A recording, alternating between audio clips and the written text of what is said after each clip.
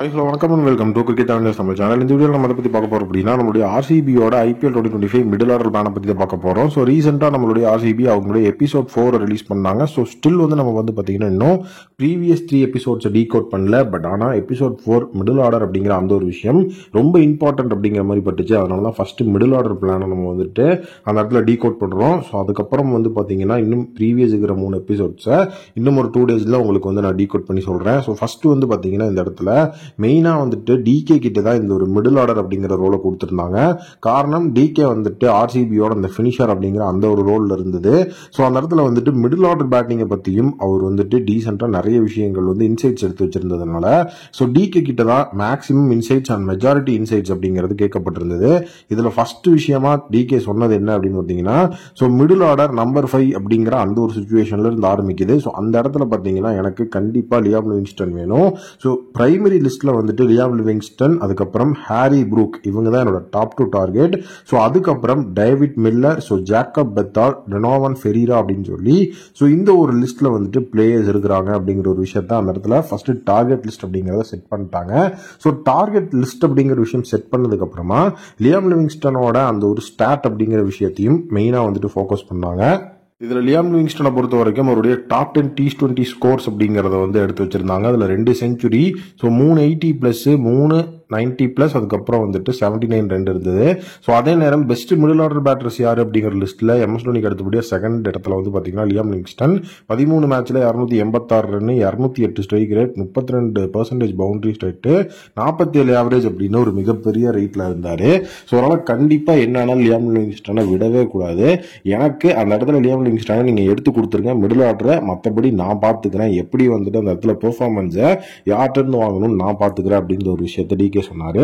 First எல்லாரும் convince ஆன மாதிரி இருந்தாலும் அதுக்கப்புறம் வில் ஜாக்ஸ் அப்படிங்கிற அந்த ஒரு பிளேயரை வச்சு ஒரு ப்ராப்ளம் கிரியேட் ஆச்சு. வில் ஜாக்ஸும் இருக்கிறாரு. ஸோ ஓவர்சீஸ் சைடில் பார்த்தீங்கன்னா வில் ஜாக்ஸோட ப்ராப்ளம் எப்படி கிரியேட் ஆகுனா, நீங்க சும்மா ஓவர் ஸ்பின் பண்ணாதீங்க. ஓப்பனிங்ல ஒரு ஓப்பனிங் ஓவர்சீஸ் பிளேயர் அப்படிங்கிற ஒரு பிளேயருக்கு போகும்போது ஓவர் ஸ்பின் பண்ணாம அந்த இடத்துல டீசென்டான அமௌண்ட்டுக்கு ஒருத்தர் எடுத்துட்டோம்னா அங்க சேவ் ஆகுற அமௌண்ட்டை லியாம் லிவிங்ஸ்டன் மேல ஹார்டா பிட் பண்ணி நம்ம எடுக்க முடியும்னு சொன்னதுக்கு, ஸோ அதுக்கு நம்ம அந்த அளவுக்கு லியாம் லிவிங்ஸ்டன் ஆல் அவுட்டா பிட் பண்ணிட்டு வில் ஜாக்ஸுக்கு போய்க்கலாம் அப்படின்னு ஒரு விஷயம் வரும். வில் ஜாக்ஸ் இந்த இடத்துல நமக்கு ஓவர் அப்படிங்கறத பெருசா சப்போர்ட் பண்ண மாட்டாரு. லியாம் லிவிங்ஸ்டன் நமக்கு குரூஷியலான 2 ஓவர் கண்டிப்பா போட்டு கொடுப்பாரு. பேட்டிங்லயும் மிடில் ஆர்டர்ல நல்ல ஒரு ரன் அடிச்சு கொடுப்பாரு அப்படின்னு சொன்னதுக்கு, அப்படிலாம் இல்லையா, வில் ஜாக்ஸும் ஆல்ரவுண்டர் தான். வில் ஜாக்ஸும் அந்த இடத்துல ஓவர் போட்டு கொடுப்பாரு. அவருமே ஸ்பின்னு, இவங்களுமே ஸ்பின் தான். அப்புறம் எப்படி ஹையா ரேட் பண்றது லியாம் லிவிங்ஸ்டனை? வில் ஜாக்ஸுக்கு எதிர்த்தபடியா பாத்தீங்கன்னா அந்த இடத்துல ஹையா எப்படி ரேட் பண்ண முடியும் அப்படின்னு கேட்டதுக்கு, so Will Jacks, Liam Livingstone 2 பேர்த்த பொறுத்த வரைக்கும் ரீசன்ட் ஃபார்ம் இப்போ லியாம் லிவிங்ஸ்டன் நல்லா வச்சிருக்காரு. பிளஸ் ஹார்ட் ஹிட்டர் ஃப்ரம் பால்ல இருந்து அடிக்கக்கூடிய எபிலிட்டி இருக்கு. இப்போ நம்பர் 5 அப்படிங்கிற அந்த ஒரு விஷயம் தான் பாத்தீங்கன்னா, அவங்க டீம் ரொம்ப கொலாப்ஸ் ஆச்சு அப்படின்னா அந்த இடத்துல அவங்க தான் நின்று அந்த இடத்துல டீமை காப்பாற்றணும். டீம் நல்ல ஒரு இடத்துல இருக்குனாலும் சீக்கிரமா மேட்சை முடிச்சு அவங்க தான் டீமை வின்ன நோக்கி கொண்டு போற சுச்சுவேஷன்ல இருப்பாங்க. அப்படி இருக்கும்போது எனக்கு லியாம் லிவிங்ஸ்டன் கண்டிப்பா வேணும்.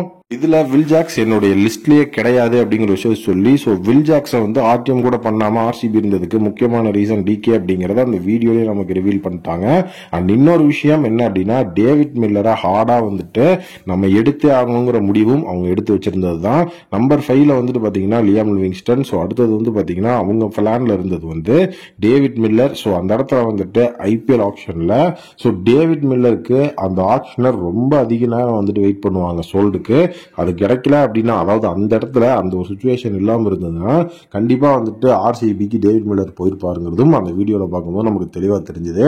ஸோ டோட்டலி அவங்க ஹார்டா பிட் பண்ணணும் அப்படின்னு இருந்த பிளேயர்ஸ்ல டேவிட் மில்லரும் இருந்திருக்காரு. 7.5 crores எல்ஐஜிக்கு போயிருந்தார் டேவிட் மில்லர்.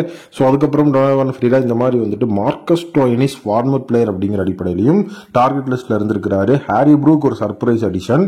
ஸோ இவங்க எல்லாத்தையும் டார்கெட் லிஸ்ட்ல வச்சிருந்தாலும் ஸோ அவங்களுடைய சைட்ல லியாம் லிவிங்ஸ்டன், ஜாக்கப் பெத்தால் இவங்க 2 பேர்த்தையும் ஹெவியா வாங்கி ஆகணும் அப்படிங்கிற ஒரு டாப் ப்ரியாரிட்டி லிஸ்ட்ல வச்சிருந்ததுல அவங்க 2யுமே அந்த இடத்துல அச்சீவ் பண்ணிட்டாங்க. ஜாக்கப் பெத்தாலையும் ரொம்பவே ஹார்டா கன்வின்ஸ் பண்ணி அதுக்கப்புறம் தான் டிகே உள்ள ஒத்துக்க வைக்கிற அப்படிங்கிற மாதிரியான சுச்சுவேஷன் இருந்தது.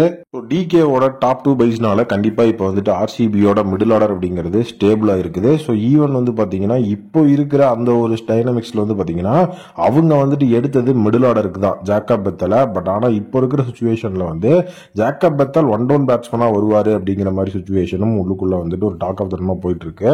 பட் அந்த மிடில் ஆர்டர் வீடியோ அப்படிங்கிறது ரிலீஸ் ஆனதுக்கு அப்புறம் ஜாக்கப் பெத்தல் அந்த ஒன் டவுன் ரோலுக்குலாம் வர்றதுக்கு வாய்ப்பே கிடையாது. ஸோ அவரை வந்துட்டு எடுத்ததே பாத்தீங்கன்னா ஆக்ஷன்ல பிளான் பண்ணி எடுத்தது இடமே வந்து பாத்தீங்கன்னா மிடில் ஆர்டர்.